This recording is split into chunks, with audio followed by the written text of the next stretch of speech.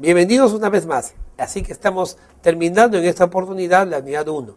Pero vamos a hacer un pequeño repaso de los primeros temas. En la primera parte de esta unidad hemos aprendido cómo el derecho, ¿no?, tiene que expresar una voluntad y normas jurídicas que van a regular la conducta del ser humano en temas ambientales, y que lo va a hacer en dos aspectos, en dos dimensiones. El primero es que lo va a hacer a nivel de control y supervisión, fiscalización, y el segundo de protección, tanto para el ser humano como para el medio ambiente en general.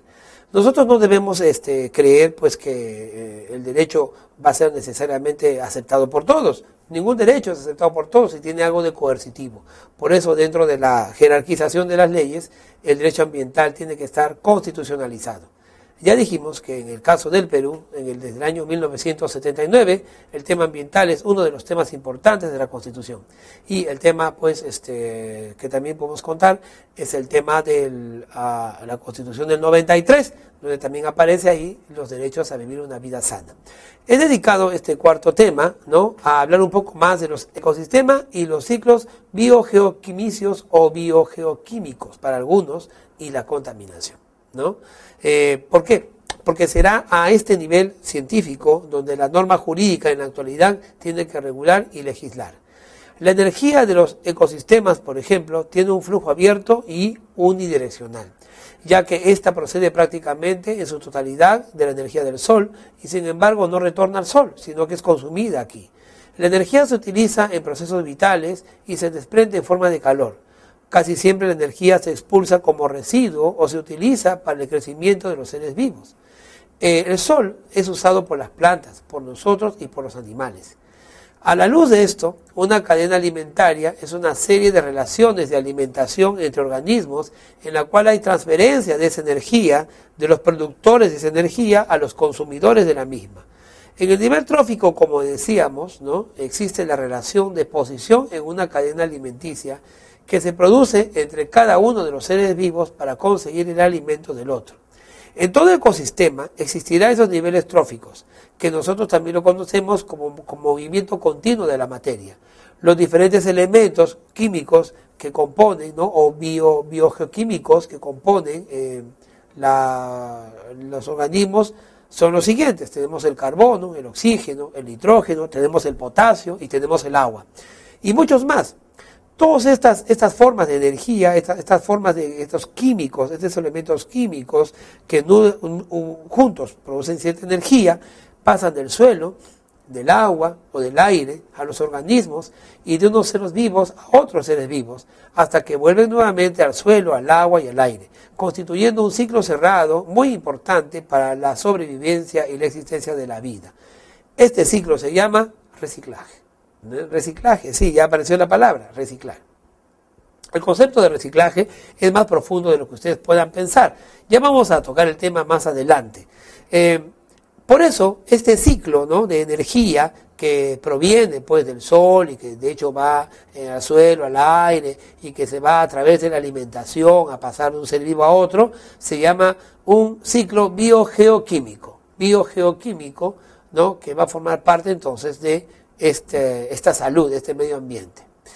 Vamos a ver ahora algunos de los ciclos de algunos de los elementos químicos más importantes, que es el que produce nuestra energía, ¿no?, de seres humanos para poder vivir y sobrevivir. El ciclo del nitrógeno, por ejemplo. Como todos sabemos, este elemento químico es abundante en la atmósfera y también en el suelo. La mayoría de los organismos no puede utilizarlo directamente, por tanto es necesario que el nitrógeno se convierta en compuestos simples mediante un ciclo en el que intervienen varios tipos de bacterias, algas, las cianofisias, los hongos incluso, y algunas plantas y animales. El nitrógeno entonces, atmosférico, es captado por las bacterias nitrificantes y las algas cianófisias. Estas las transforman en nitratos y lo convierten en proteínas, ¿no? Las proteínas vegetales pueden pasar a los animales por medio de la alimentación. Cuando las plantas y los animales mueren, las bacterias desnitrificantes reintegran el nitrógeno al suelo y a la atmósfera. Los organismos emplean el nitrógeno en la síntesis de ciertas proteínas tan importantes para nuestro existir y también para la calificación de nuestra individualidad. Tenemos, por ejemplo, dos clases de ácidos nucleicos que forman parte proteica y que devienen del nitrógeno, ¿no? tenemos el ácido desoxirribonucleico, también llamado ADN, o también el ácido ribonucleico, llamado ARN, por sus siglas. Aparte de estos ácidos nucleicos, otras moléculas fundamentales del metabolismo también usan abundante proteína, que ya hemos explicado, que deviene del nitrógeno. Cuando las plantas y los animales mueren, las bacterias desnitrificantes reintegran el nitrógeno, como ya dijimos, al suelo y a la atmósfera. Los organismos emplean el nitrógeno para sintetizar las proteínas, como ya dijimos, el ADN y el RN. Ahora, aparte del nitrógeno, otro elemento importante es el H2O, un componente formado por dos moléculas de hidrógeno y una molécula de oxígeno.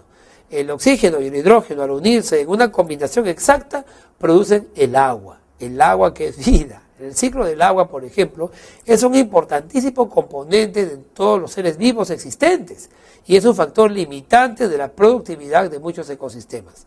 Los elementos afectados por el ciclo son el hidrógeno y el oxígeno de forma directa. El agua es la sustancia más importante de la naturaleza.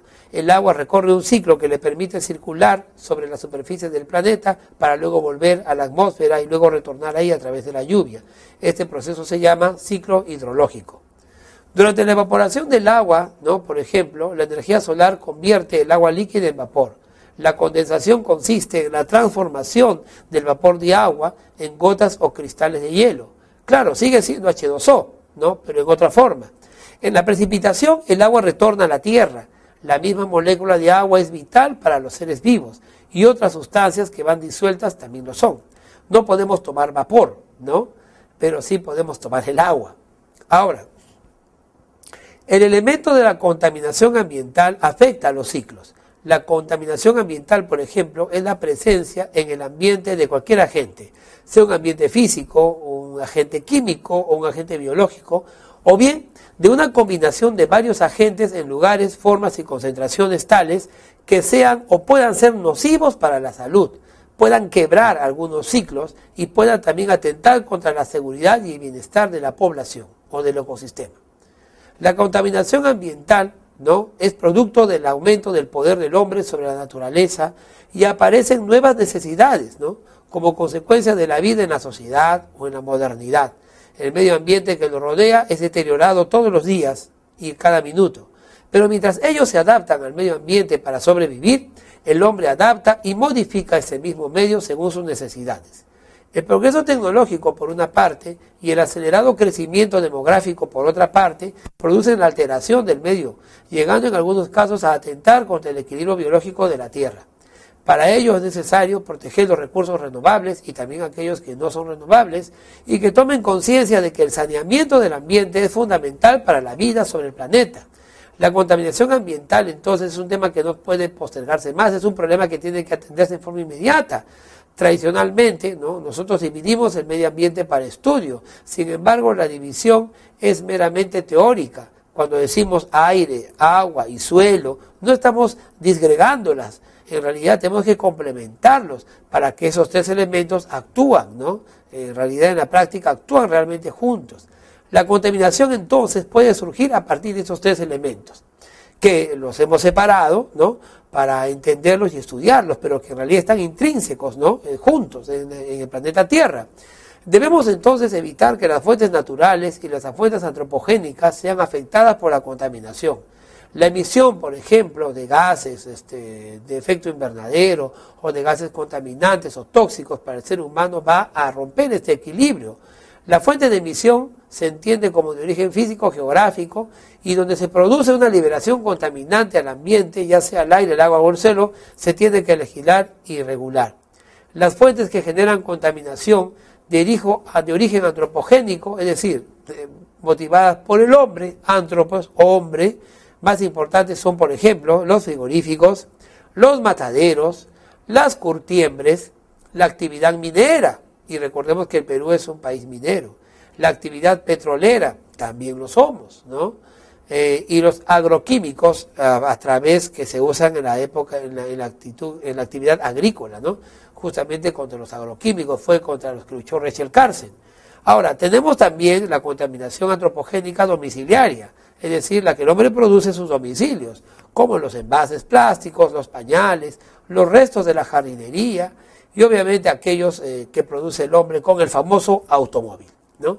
Las fuentes móviles, como son los gases de combustión de vehículos, etcétera, también producirán pues contaminación que va a afectar no solamente los ciclos, sino que va a afectar la vida misma, el desarrollo de la vida diaria.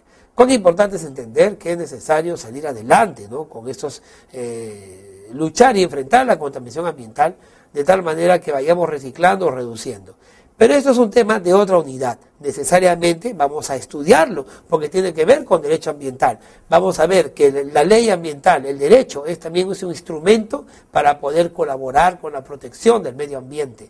Y es un instrumento poderoso para poder controlar y luchar valientemente, ¿no?, en la protección del medio ambiente y regular las actividades de explotación de los recursos naturales, que por supuesto son importantes y que se tienen que hacer, pero siempre con principios de ecoeficiencia, de sostenibilidad y de protección del ecosistema.